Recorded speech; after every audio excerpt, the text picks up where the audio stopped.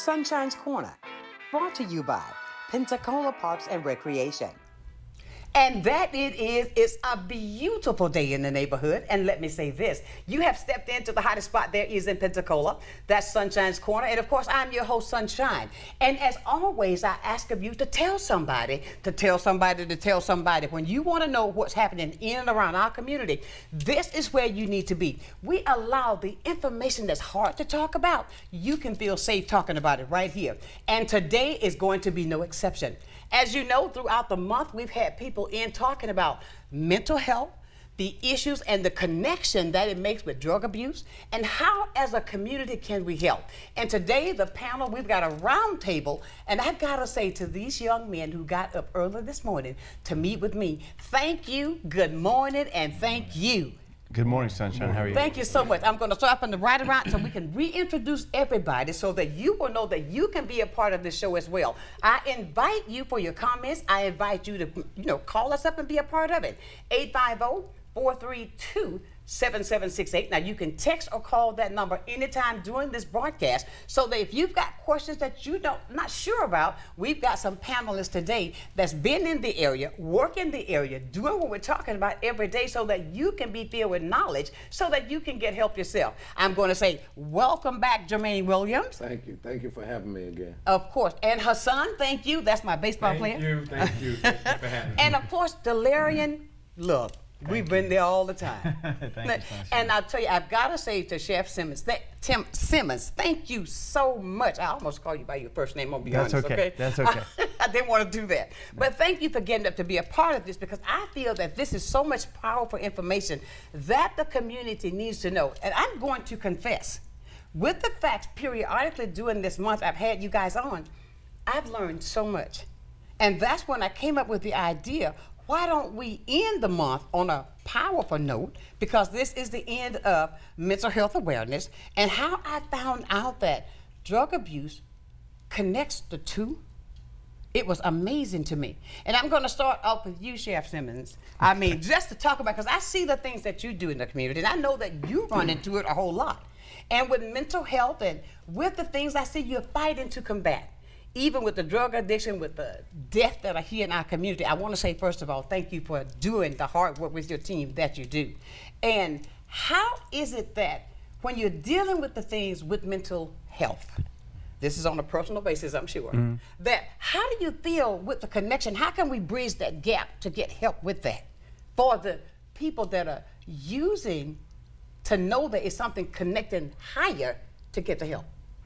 Well, Sunshine, first of all, thank you again for having me on here. I think that in law enforcement specifically, we look for all sorts of connections. And I've been talking for years now that there's a connection between drug sales, drug trafficking, and gun violence. There is that connection. Right. But we also have learned recently, in law enforcement circles at least, that there's also a connection to mental health. And that's why we have created one of only two in the entire state of Florida, a mental health program at the sheriff's office that's both internal and external. The external component is grant funded, where we have a co-responder unit where we have a sworn law enforcement officer and a mental health clinician from Lakeview. We've partnered with Lakeview, so that they can go out there proactively and reactively. So it can, two things, it can help the people, obviously, that need it, but we can also alleviate the need for a patrol unit to be taken off the streets to go and handle what could be a long-term type of situation with the mental health. So we're still looking at the connection to mental health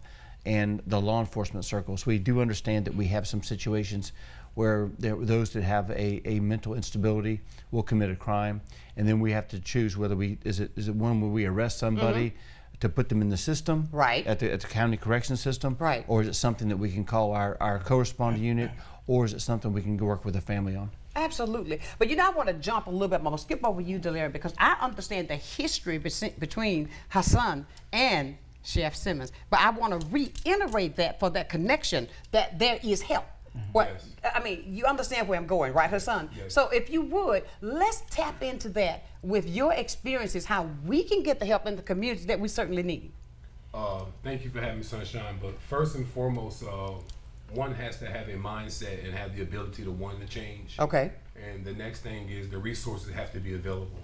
like the sheriff just said, he's taking the proper measures to build bridges, not barriers, as to how to combat these type of situations in our community. Right. And I believe that when you connect with the resources Right. and make them accessible to the people, Mm-hmm. accessible, they don't have to go look for it, it's coming to them. Mm-hmm. I believe that we'll have a different conversation about our community. Okay. And what about you, Delarian? I'm going to bring you in. Well, again, you know, I just echoing some of the things I said already. You know, first, thank you for having Always. me here. So, you know, of course, you know, I wear two different hats. Of course. And so one of the things I can say from a law enforcement standpoint is, and the sheriff can also agree to this, we have CIT officers, crisis intervention officers, where these officers are trained at Lakeview to handle crisis intervention with people they come in contact with that suffers with some type of mental health, you know, some substance abuse. And so those officers do respond to some of those calls as well. And also Lakeview, and working with Lakeview, they have a rapid response team that actually shows up on the scene to help crisis intervention, to help those officers as well to assist in some of those calls. Yes. So we do a number of things as well. So just echoing the sheriff, you know, we do try to put resources out there as well as the officers are trained to handle crisis intervention. Absolutely. If they're needed. Absolutely. I believe knowledge is power.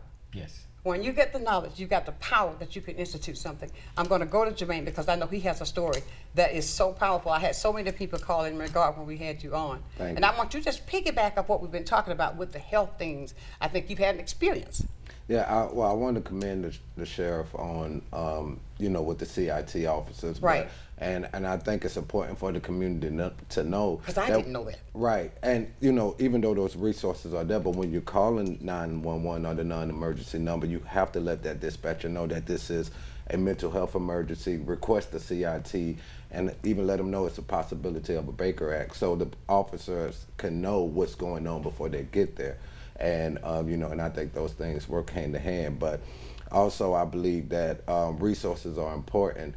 But that's one thing we're lacking in Escambia County. We're very behind throughout the state. In the place that I just moved back from, like Duval County, I mean, I believe that what our managing entity is giving our county for the money for resources is rich, but they're not coming to fluid. Like, you can't see the money being spent in the correct way, in my opinion. Okay. So I think that, you know, for Escambia County, what the things that we're doing, you know, we have to find a better way to spend the money on outside the box thinking, because this is an outside the box problem. Right. Now, because I think you guys told me that we were number what in drugs? Number one in the overdose. Overdose. Yeah. Overdose. Our circuit, the First Judicial Circuit, was #1 with fentanyl overdoses, opioid overdoses. Oh my God. They do stats every year, and again, that's kind of a hard number to see, because you can get a number from the sheriff's office, say, but we don't always go to the call. Sometimes it's an ambulance that goes to the call, and then they die at the hospital, Right. and it's a medical emergency, so we don't always get the stats. So we, to Jermaine's point, we average over 2 overdoses calls a day. Just day? the sheriff's office a day. Now some of them aren't fatal, but we go to an average of 2 overdoses every day.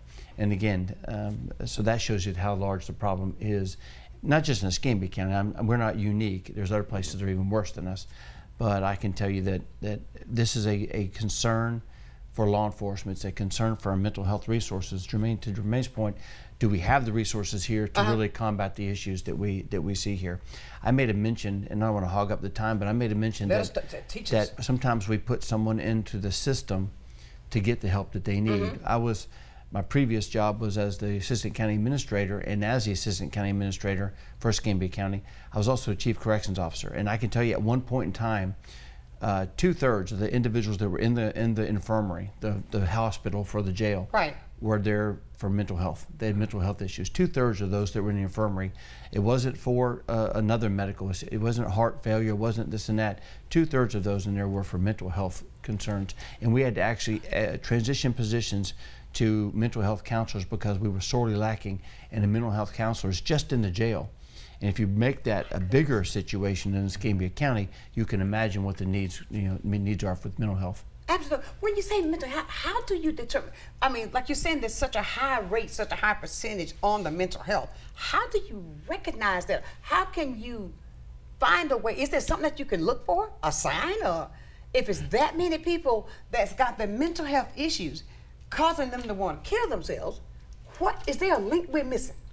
I believe, you know, you have to be a little bit more specific because mental health is the overall component of your mental health. But mental illness plays into your overall mental health. Break that down for us. So mental illness is like myself. I'm diagnosed with intermittent explosive disorder, bipolar 2, and PTSD. And that contributes to my overall mental health. Okay. So mental health is important, but the mental illness has to be, I truly believe that we're all walking around with mental illness. We really are. Whether it's depression, you know, no matter what it is. And one thing about mental illness, it doesn't care if it's diagnosed or not. That's up to you to care about it and to treat it and to do the things that you need to do, whether it's medication, therapy, you know, the proper amount of self-care.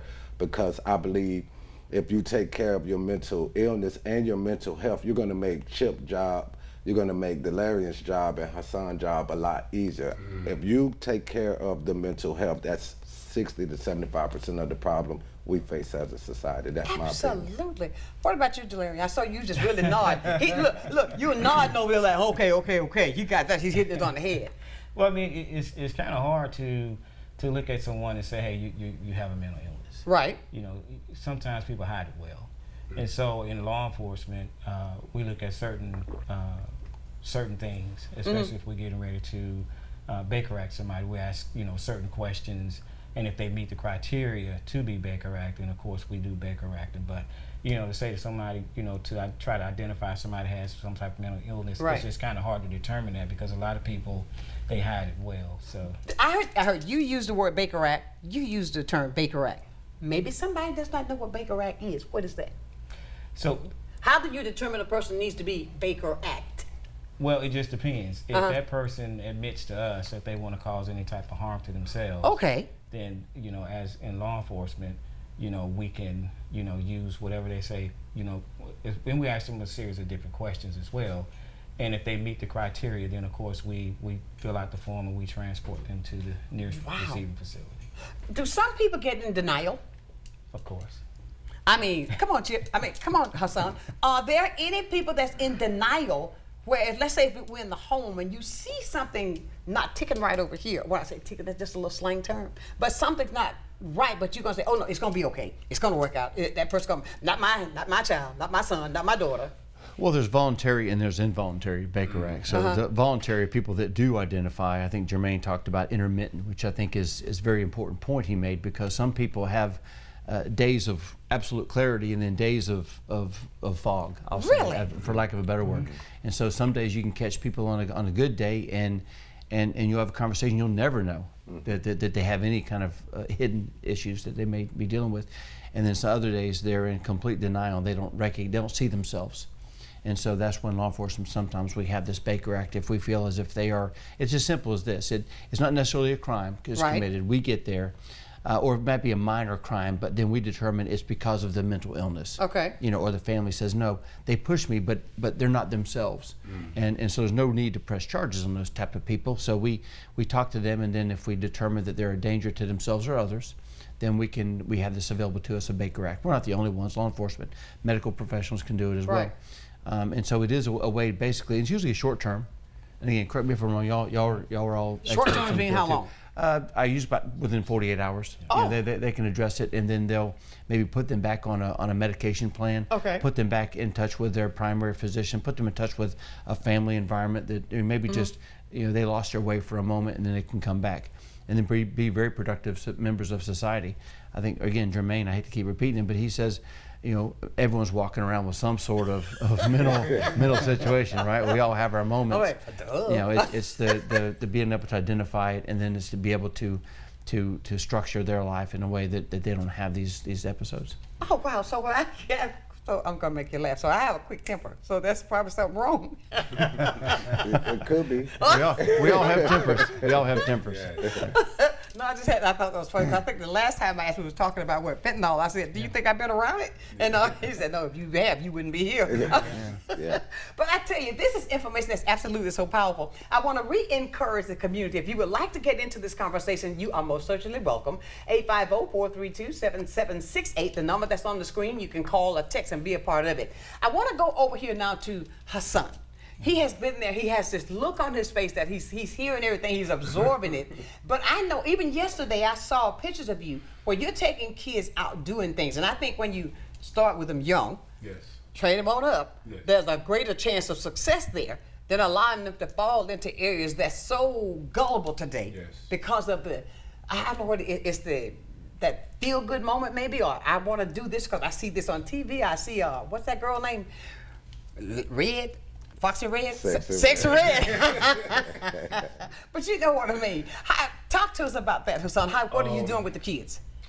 Well, my main focus is to provide a more excellent way for the children of Escambia County. Okay. And what I mean by a more excellent way is through education, through job opportunities, through workforce development, through gun violence awareness, using my past experience as a deterrent for them not to make the same mistakes. How do you do that? The first thing you have to do, you have to identify the need assessment of the children and build your relationship with them. I started my mentorship program, and I wanted to do it for 8 weeks, then stop, 8 weeks, then stop. But I had 7 kids that enrolled in the program, and I want to thank the sheriff for providing some funding for us to get off the ground and get the program running. All right. Thank you, Chip. And, I didn't mean to say that. I mean, Sheriff. No, you're good. and what I come to realize is after the 8 weeks, the kids didn't want to leave. Really? They said, Mr. Hills, we want to continue to come in the program. And then I start visiting the houses and doing home visits, and certain things wasn't there: soap, deodorant, toothpaste, sheets on the bed. So I say, let's go back and regroup. So I revamped my program to a year-round program. You don't never have to leave. Oh. And instead of working with them Wonderful. from 12 to 17, I work with them from 9 to 18. Okay. So we meet every Tuesday night in a group-style setting among our peers, and we empower each other. We have a 12-week curriculum, and it's in a group-style setting. And I must say that in the past year, it went from 7 to 50 kids every Tuesday. And I try to identify with them and meet the need. So once I build the relationship with the children, Right. and then I can be like, hey, what's going on? Why are you doing this? Why are you doing that? I'm working with Achieve Academy. I'm working with Monica Elementary School, Pine Forest High School. I meet with the guidance counselors, the teachers. I'm on the forums to be able to go by the school and check up on them. Okay. I have their student ID numbers. I get their report cards. Oh, excellent. I hold them accountable. Okay. But at the same time, I give them that space at the building to be able to be children. How's it working? It's going great. Wonderful. It's going great. Anytime you can have 50 kids from Escambia County, from Marino Corp Wow. to Lincoln Park, the Right. north, south, west, east wing of Escambia County, in a group style setting, and ain't nobody getting shot, ain't nobody fighting. Everybody getting along. They all go to different schools. When you can get them in that environment, it's going to be able to cut down on the violence for the years to come. Absolutely. And we might not be able to see the effect today. Right. But the relationship of these 50 young men right here will be able to deter other things from happening when they're in their own community and one of their friends get into it with somebody whose friend is inside the group. Okay. They can be the mediator. Oh, I got you. And that's the Good stuff. overall goal. And I want to touch on trauma a little bit. Uh-huh. A lot of the kids who I work with been affected by trauma. Such as? Gun violence, parents being addicted to drugs, father being arrested, grandmom help raising them, 5 kids, 4 adults living in a 2-bedroom. Just so many things that I face that goes on that's just like unseen. And when you have trauma on top of trauma on top of trauma, the mental health kicks in, and then they begin to explain or expose or express themselves in ways that we say, hey, something wrong with him. Yeah, it is, because he's been tucked away with all that trauma, and this is his outlet to go pick up a gun, to go hang around somebody that's selling drugs, to go to the store and steal, to go to the school and disrespect the teacher, to see a police officer and disrespect them. And it's just bad. So in order to combat that, we have to be able to provide the proper resources and connect with the right people to be able to... Such as yourself. Yes. Sheriff, what do you think about this? Delarian, Mr. Wiggins, what do you think about this? Sean, what do you think about this? And connect and collaborate. You got to do collaboration, because I can't do it all. Exactly. So I do collaborations. When I come in contact with a child that needs services that I can't provide, I refer them out to Escambia Connect, Valerie's house, Lakeview Center, and they don't have to wait. I I hear can you. pick up the phone, do the referral. Hey, I got a kid, I've been servicing, this is what they're going through, I need some help. I got a kid who I've been servicing, they need some food. Just so many things that comes with working with children that people don't see, and it's gonna take a village. And we have a To raise village that here in child. Escambia County.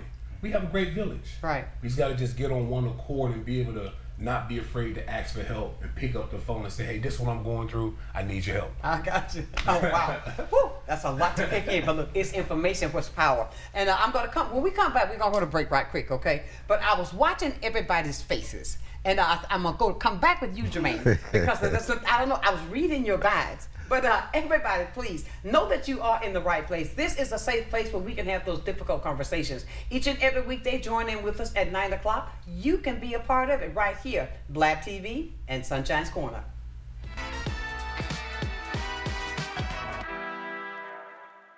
Empire Truck Sales, located at 2255 West Detroit Boulevard in Pensacola, is your Freightliner, Western Star, Detroit Diesel, and Cummins dealer for Northwest Florida. Open 7 days a week, Monday through Friday, 6 a.m. to 10 p.m., Saturdays and Sundays, 6 a.m. to 6 p.m., providing sales, service, and parts. Empire Truck Sales is also your Oasis dealer for Freightliner custom chassis RV and motorhome repairs. Running I-10 will get you in. Many who consider facial plastic surgery are concerned their results will look unnatural. But with over 20 years of serving the Pensacola community, his thousands of satisfied patients have made Dr. Derek Jones a trusted reconstructive and facial plastic surgeon known for industry-leading results that look natural.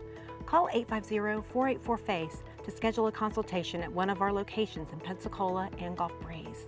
I'm Dr. Derek Jones. Trust your face to a facial plastic surgeon.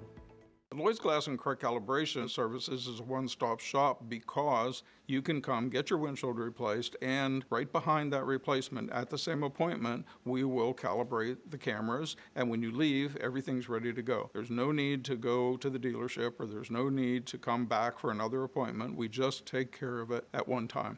We put the customer first, and we strive to do everything right the first time. Lloyd's Glass and Correct Calibration Services, your one-stop shop with same-day service. Animal Allies is looking for volunteers, and there are many ways that you can help. From taking care of cats to using your computer and social media skills, any and all assistance is greatly appreciated. We have morning and afternoon shifts every day or help at adoption events. You can even foster a kitty at home. And it counts towards community service hours for bright futures. Find Animal Allies Florida on Facebook and Instagram, or go to aaflorida.org/volunteer.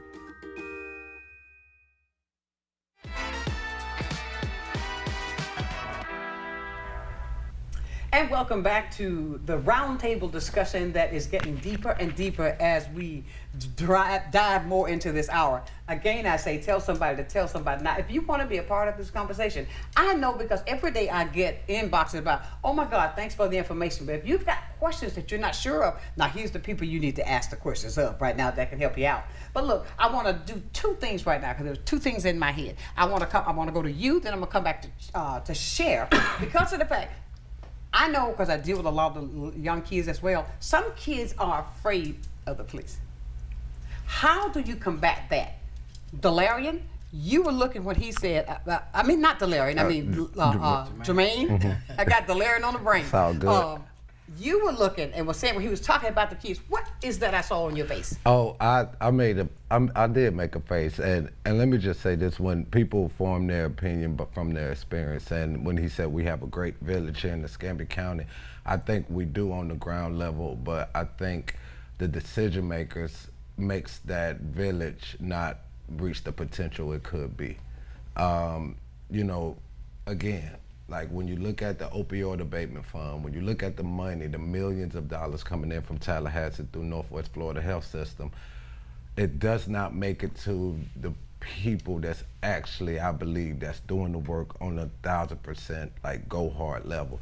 It's usually the usual suspects. And you know, in some of the communities that I move in and I work in, we all wonder, oh, they're just taking that money and just making salaries increase and throwing pennies at the problems while the problems still exist. Because there's no way for Escambia County to be #1 in overdose and opioids, but we only have 10-bed detox center. Okay. And so You know, I think how we spending the money, where's that money going, who's making these decisions, and you know, I think I've talked to a lot of the city council, and you know, we have one here now, and they're doing all they can, but the county commissioners are the ones that come, you know, that money from Tallahassee goes to, you know, works with the state. I'm learning. You educate me now. What we have to urge everyone in whatever district you're in, ask your county commissioners, what are you doing to help, you know, combat the mental health problem, the opioid problem, the mental illness problem. And we're not talking about with words and fancy sayings. We're talking about what are you doing to make sure the money goes to the right places. Because in my opinion, we have so many people that's working out. Again, I've been through substance use. I was addicted to cocaine for 13 years. I'm entering my 9th year of sobriety. I've been a certified recovery peer specialist for about 4 or 5 years. I've addressed DCF and Secretary Harris that works under Governor DeSantis. You know, done a lot throughout the state. I chose to move back to Escambia County because I know that as well trained as I am, as much as I've been through that, I can come back home and make a difference. Now, you know, I'm doing it out, you know, I work for a place where we help fathers, where I am assigned fathers whose child has been taken away through DCF because of substance use. So that's my day job. Then I have a private practice to where, like, there's no resources here in Escambia County. And, you know, if you want to get help, you got to have top-notch insurance or a lot of money. And we know that's not what we have here. And so, you know, I have partners that I work with throughout the state that we move mountains to get people with no insurance down to Fort Myers or Central Florida, Jacksonville, wherever. But I can't do that for everyone. So I'm doing this the little money I have, and that's fine. But there are some people that's getting a boatload of money. What are they doing with it? Why do I have to work so hard? Why does Hassan have to work so hard? Can we get help? Oh, okay. All right, I see everybody shaking their heads. All right, come on, Delarian. No, I get this is a question for Jermaine because I know you mentioned about test strips. Fentanyl test strips. How do a person? They don't have them here in Escambia County as of right now, as far as I know. I thought Lakeview had some, but I'm not exactly sure. I go all the way to Jacksonville to DOH Duval, and I get my test strips from there. I come back with about 5,000. If you guys need some, I got about 1,000 in the car. I'm running low on them, but yeah, I urge it because, you know, a lot of people look down on, you know, getting people to test strips. They call it prevention, excuse me, not prevention, but they call it harm reduction. And some people look down on harm reduction because they say that that's encouraging the problem. Now, obviously those people never had problems with substance use. It's a disease. And it's not easy to get over. And especially when you don't have the resources to help you get over those problems. So I'm a big advocate of, if you're going to use, be safe, because thank God that fentanyl was not an epidemic when I was using. So it's in everything. It's in marijuana, it's in cocaine, it's in meth, it's, you name it, it's in it. How does it get in it?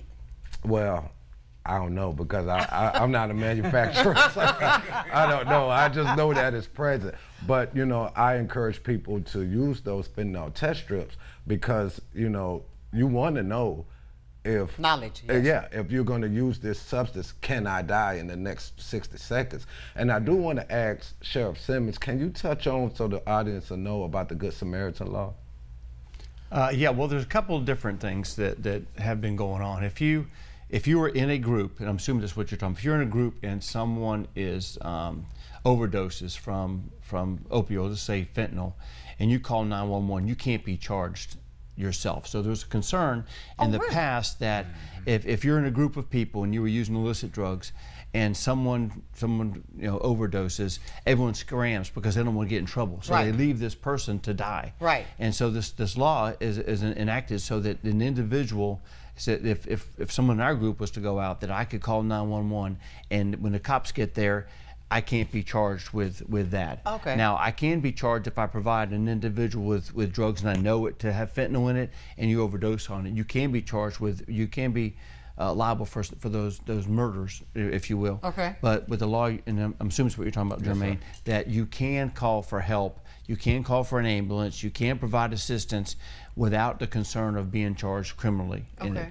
Now again, I really want to get into, I think everyone wants to go this direction. So, you know, there's a lot of topics that we have here in every community that I think, and I've said this from word go, I said about the homeless, we all have the right intentions. We all want to get here, but it seems like the money's going everywhere, you know, and if we can all get in the same direction, I think it's, you know, we'd probably amaze ourselves as to what we can get accomplished.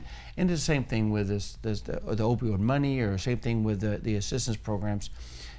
There's a bunch of little pieces, and Hassan does a really good job of mentoring the youth. Yes, he does. You know, he's his heart's in it. His whole life is involved in that right now, and I think that's important because, you know, there is a connection between myself and Hassan. But we have never gotten along better because we're all on the same page. I think we're going in the same direction. Exactly. He made the comment that we supplied some money. The money that we supply is money we get from drug dealers. It's the money that we get seized, and I want to make sure it goes to mentor. I'm a big mentorship person, and because mentorship can help an individual if they're inclined to use a weapon and violence, if they're inclined to commit a crime, if they're inclined to try drugs, the drugs that both Jermaine and Hassan both kind of, whenever Jermaine said he's glad fentanyl wasn't around when he was using, and it was Hassan, yes, absolutely, that's true. And it's to get these kids to talk. And once you get these kids to talk, you can talk about de-escalation of violence, you can talk about drugs, you can talk about temptation, you can talk about peer pressure, you can talk about parenting, you can talk about their role in society, where they're going to be when they grow up, where, you know, what they want to do. They can realize their goals because there may not be anyone else that they can talk to in that situation. Hassan hit on it. They may not have a home when they go home to have someone to talk to and say, hey, you know, I've got this problem. You know, Jermaine might have had in his past, I'm not going to speak for him obviously, but in his past he might have had benefited from picking up the phone and talking to somebody, going talking to a grandfather, an uncle or aunt that can give him that guidance that he might have needed at the time. And someone may have done that. Maybe that's why Jermaine's sitting at this table now. Exactly. Rather than, you know, in the ground somewhere or in jail somewhere. If you listen to what he's trying to say. So, anyways, I just think we all should be going in the same direction and understand what Jermaine thinks we should be doing, what Hassan thinks we should be doing, what the city council thinks that we should be doing, and, you know, and if I can help them, let me help them. Exactly. And if they can help me, let's help me. And it's all part of this, all going in the same direction. Absolutely. This is such, I'm grasping onto so many things here that I hear that I think that if it's stunning me like it is, and I'm sure that it's doing the same thing for our listening audience that's out there watching the show today. But what I want to encourage everybody to do, because there's something you said during the people talking to people, and how is it that, let's say I know that I'm on drugs. And I know I'm not on drugs, okay? I'm doing drugs. But then I don't want my parents to be disappointed in me because I'm on drugs. Or I don't want that person who has put me up that I'm doing drugs. How is it that you're going to get to that child to talk to that person, may not be a child, to let them know, okay, talk to somebody to get help so this won't go any further with this stuff called, what, fentanyl? That's so powerful, that's killing everybody? Your mouth almost opened up, Hassan. Come on, talk to me.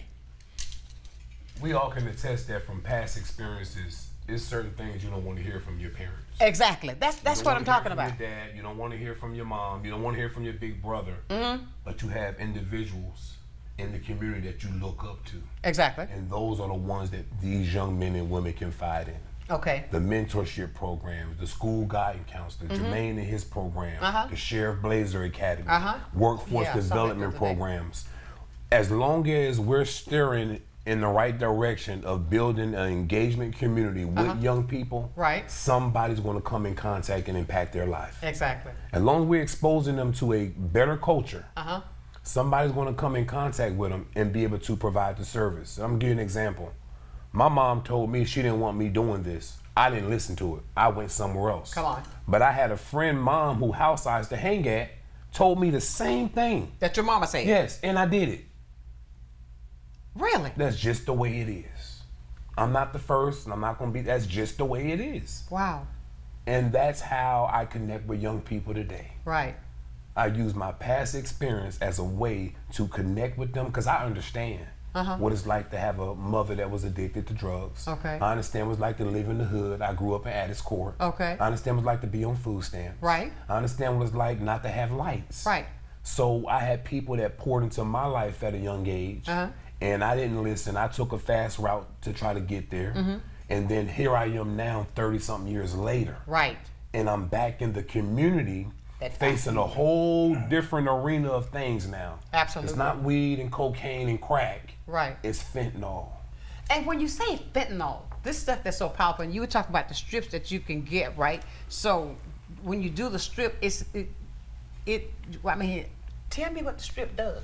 You put it in it? Yes, ma'am. So say if you use something simple as marijuana, you take a bottle of water, take the cap, take a piece of the marijuana out, put it in that cap, put a little bit of water in, you put the test strip in, it's like a pregnancy test, easy.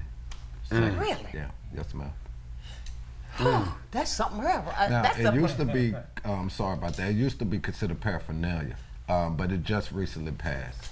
What used to be called paraphernalia? The strips. Oh, okay. So like if you wanted to get them from Amazon, Amazon wouldn't ship them here. You know, so if you got caught with it, you could be charged with paraphernalia in the past. But now it is legal in the state of Florida. So. Oh, wow. Well then, Chip, Sheriff.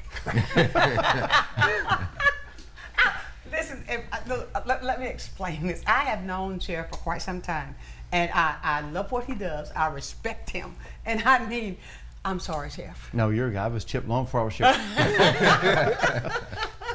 But I mean, these things like this, are there numbers or phone numbers like 1-800-HELP or 1-800 something that if there's a parent, somebody who wants to reach out and say, oh, I think my child is doing this, or my brother, my husband, whomever.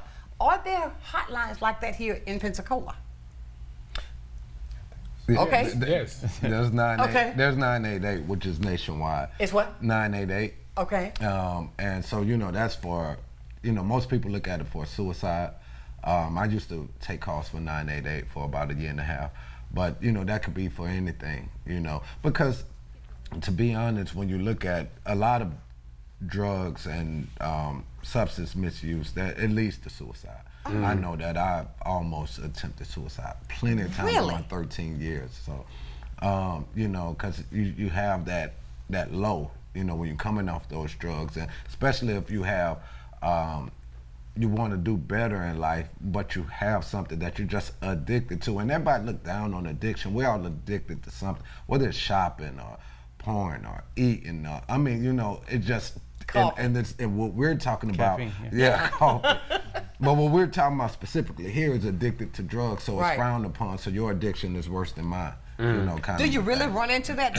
Let's go to you, Delarian, because you have worked in a lot of areas, I know, because you used to wear a green suit too. But what I'm saying is, like, are there people that really look down on other people because of the addiction, something they can't help? Some, yes and no.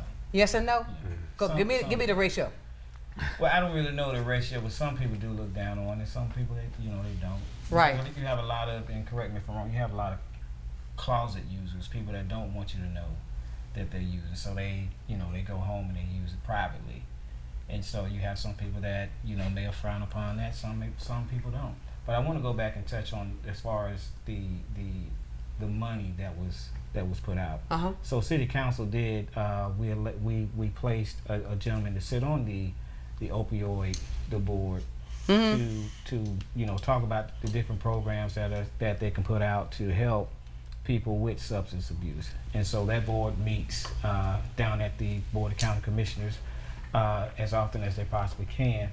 But what we also did was we gave over $200,000 to the Pensacola Police Department to bring in these test kits for law enforcement, because law enforcement, they deal with it firsthand. They come in contact with it all the time. So we definitely want to keep our first responders safe as we can. So we did order these test strips, these test kits for law enforcement to use as well. So we must, we got to protect our first responders.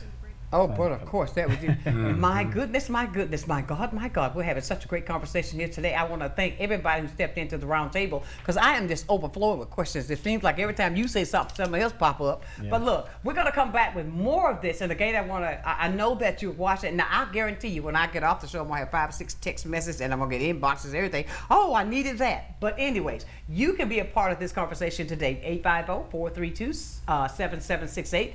Text or call right here, Sunshine's Corner, and of course, we're on Blab TV.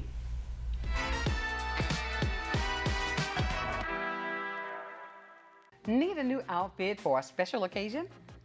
Look no further than Viola's Men's Apparel. Viola's has been providing the latest styles and accessories in Pensacola for over 20 years now. We have clothes for every occasion, and we offer consultations and group discounts. You can trust that our care, quality, and class will be unmatched. Viola's Men's Apparel, for all of your men wear needs. This is Wayne at Icon Automotive in Robertsdale, Alabama, and I wanted to tell you more about our powertrain warranty forever. It comes with any vehicle we sell that has 80,000 miles or less at no additional cost to you. We put our vehicles through a tough safety and mechanical inspection before it can have the powertrain warranty forever, giving you a peace of mind with your purchase. This warranty is good anywhere in the country, and it covers 100% of parts and labor with no mileage limit, and is covered as long as you own the vehicle. Come pick out your dealership car at non-dealership pricing with a powertrain warranty forever at Icon Automotive. Watch a new episode of Crime Stoppers Wanted Fugitives every Friday at 6 p.m. Hosted by Sergeant Melanie Peterson and David Craig. Your tips may be eligible for a cash reward, featuring items about officer training, various aspects of police work, and crime prevention information. You'll hear about upcoming family-friendly engagement events as well. Don't miss Crime Stoppers Wanted Fugitives every Friday at 6 p.m. Hi, my name is Brett McCabe. This is my wife Tanya, and we're the owners of Pensacola AC and Auto Service Center. From the moment you walk in the door, we are here to take care of you. Honesty and excellence are the standard of our team. Our goal is to give you peace of mind from oil changes to AC repair. All of our repairs come with a 3-year, 36,000-mile warranty. We have a clean, welcoming waiting room with free Wi-Fi. When you leave here, you will have peace of mind. Come visit us and experience auto repair from people who care.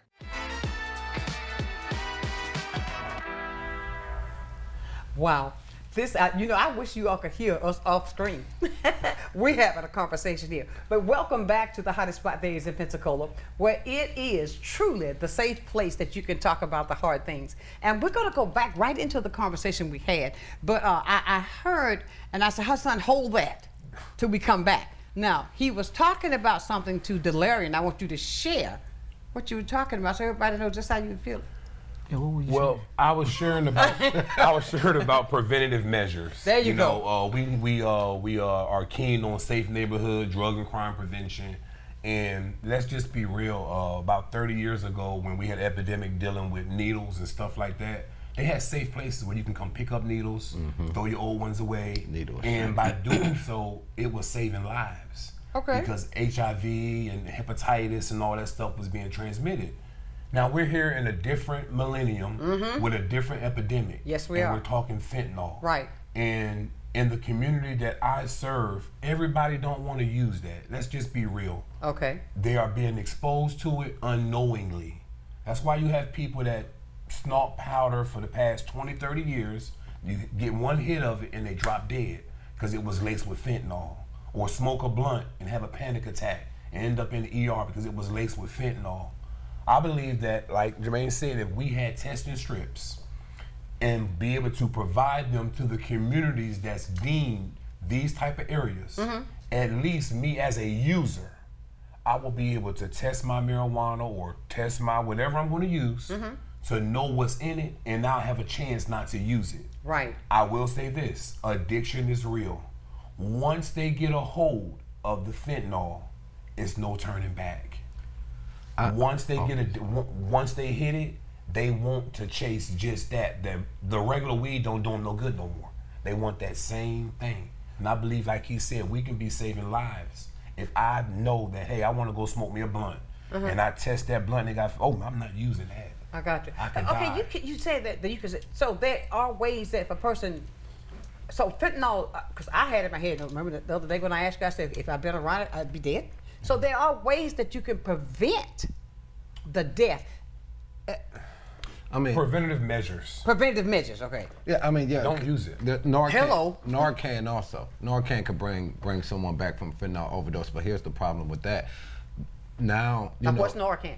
Narcan is it's a nasal spray, and if someone is it reverses the effects of the opioid overdose. It does. Yes. But the only problem with that is now we're moving into a new age. They are putting fentanyl and horse tranquilizer together, and it's flesh eating. Same effects of fentanyl, but more potent. But the more you do it, the more it eats your flesh. But it does. Narcan cannot overturn that overdose.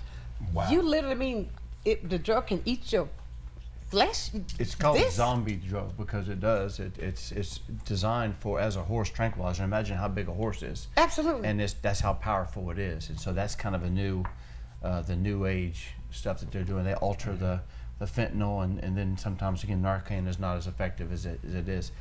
We have some people that are in such addiction that what they're looking for is to take fentanyl so much so that they have to be revived by Narcan. And that happens time and time again, and they feel as if they don't have the appropriate, misguided, but the appropriate high if they don't need Narcan to bring them back. And that's just how sad and how strong the addiction is to some of this, to opioids obviously, and to fentanyl specifically. So yeah, there's addiction's real, obviously, God. And we need to understand in law enforcement circles and the clinical standpoint and just the mentorship program, we need to make sure people understand what they're getting into, because there's obviously stuff I would learn today in this roundtable setting. Absolutely. There's stuff that I pick up on the street. There's just, and I think knowledge is power. I think that getting the kids, I keep saying kids because me and Hassan are kind of on this kid thing, and by kids I mean teens and early 20s. Right. To get them to talk and have another avenue. The death rate for that, with the teens out here, is it high with fentanyl? They're exposed to it. Oh, really? They're using it. Kids are using drugs that they shouldn't even be knowing what it is. And in order for us to combat it, we have to keep mentorship programs in place year round. That's why I want to run my program year round. Absolutely. 8 weeks is fine, but you can also have something to keep them on track and build that connection. Right. With them. So if I see something out the way, see, I have a connection with my kid. He can come in the building, and I can be around him and go to act in a certain way, and I can, hey, what's going on? What you going through? Because I know him. Right. I deal with him on a constant basis. Right. Like, well, this happened, and I can help him out or refer some things out. But that's just some of the things that we're facing, and collectively we're going to get there. I agree. I'm a firm believer in God, and we have some amazing people doing great work here in Escambia County, and we can get on one accord, right? And we can be boots on the ground and get with the proper people and get with these grassroots organizations, with the big organizations, because some grassroots boots on the ground organizations can go into communities and meet the need of people that big organizations just don't go to. Of course. And there's nothing wrong with that, but it needs to be addressed. I got you. So we collectively can sit down and meet up, and we all can make a change within our community, because everybody can do their part. Absolutely. From the top down to the bottom, everybody can do their part. Everybody got something they can do. Absolutely. Now that school is out, and kids are at home, idle minds, may not have much to do. Are there open areas that they can go now and you can pick up on new people to get into some of these programs you have? Because even you see the kids out. Last night I was coming home, and I mean, it was dark, but there was a bunch of kids just walking up my street. You know what I'm saying? It was dark. So what am I saying? With the school being out now, what are we looking for? How are we going to try to stop this? Because I know it's an issue. I mean, I'm not blind. I know that it's an issue. I recognize everything that everybody's doing. And I feel like, now that you said something I like, that when we're coming in with this collectively to bring out this, we're working toward the same goal. How even now, because I feel strongly, I was talking to a girlfriend, that school is out, the kids are out there.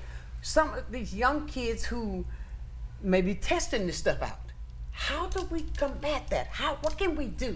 I don't know the answer, maybe we can do something to give them something more to do to keep them from doing that, because they got this time on their hands. Everybody saying yeah.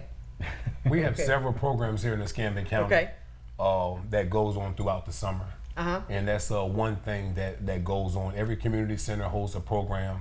You have vacation Bible studies. I myself, my program, as of next year, we're going to run a workforce development program throughout the summer for the children of Escambia County. We're working on that now with my team.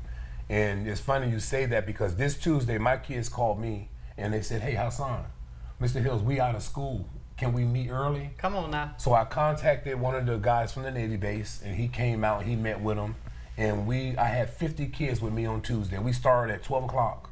And we had our big green egg grill that was donated, and we put hot dogs and hamburgers. And we had watermelon and ice cream, played some video games. And I had a service member come talk to them about what it is to serve our country. Right. How to make positive choices. And I had them from 12 o'clock that day to 9 o'clock that night.